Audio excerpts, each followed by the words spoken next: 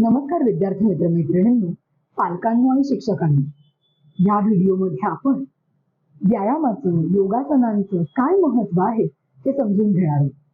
मी काही मुद्द्यांच्या आधारे व्यायाम करणं, योगासन करणं, प्राणायाम करणं हे का गरजेचं आहे ते समजून सांगण्याचा प्रयत्न करणार आहे.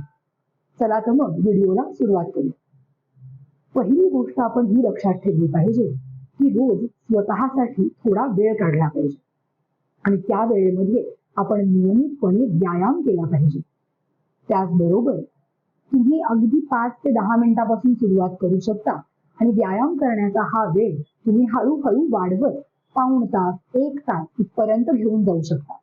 व्यायामामध्ये बऱ्याच गोष्टी येतात.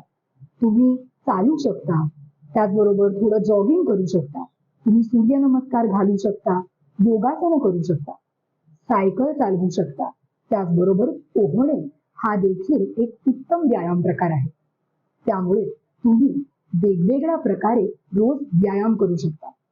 आता व्यायाम केल्यामुळे काय काय होतं तर सोप्या भाषेत सांगायचं झालं तर व्यायामाने आपलं शरीर तंदुरुस्त राहतं, आपलं आरोग्य सुधारतं. आपण जे काही आयुष्य जगणार आहोत ते आपण निरोगी पद्धतीनं छान जगू शकतो.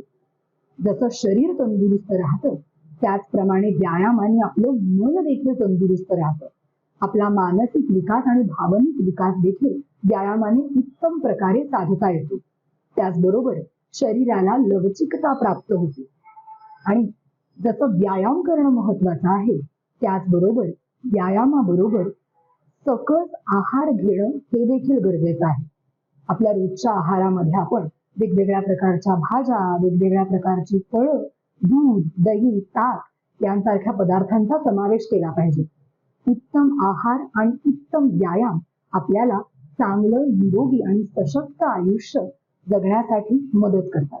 त्यामुळे एक निश्चय करूया की उत्तम आहार आणि रोजच्या रोज थोडा तरी व्यायाम आपण करणार. व्यायामामध्ये सातत्य, नियमितता आणण्याचा प्रयत्न करणार. धन्यवाद.